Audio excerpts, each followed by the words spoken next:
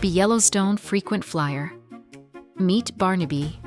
Barnaby considered himself the unofficial king of the great outdoors, mostly because he owned a very expensive vest with 16 pockets and once watched a 3-minute documentary on bears. He arrived at Yellowstone National Park not to see the geysers, but to grace the park with his presence and, more importantly, his social media profile. The park was littered with pesky little decorations called safety signs. Barnaby found them quite charming in an amateurish sort of way. One particular sign suggested staying 25 yards away from the wildlife. 25 yards? Barnaby scoffed, adjusting his sunglasses. That's practically another zip code. How am I supposed to get a high-definition close-up of a nostril from there? That's when he saw him, Rumble.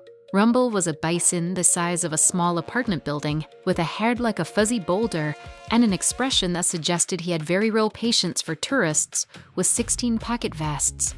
Rumble was minding his own business, munching on some particularly delicious grass and wondering if the clouds were made of cotton candy. Barnaby didn't fee a 2,000-pound tank of muscle and horns. He saw a prop. He saw engagement.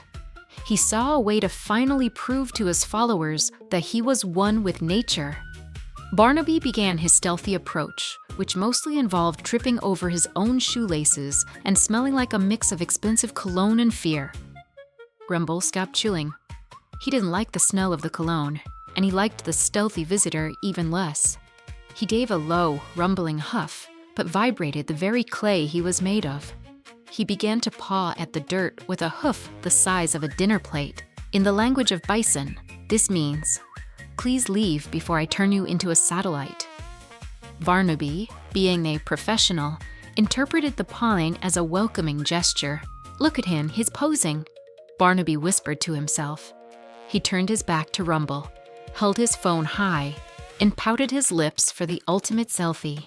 He wanted to make sure his 16 pockets were visible in the frame.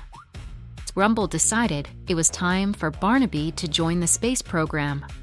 With the grace of a freight train and the speed of a startled cat, the bison closed the distance. He wasn't angry per se.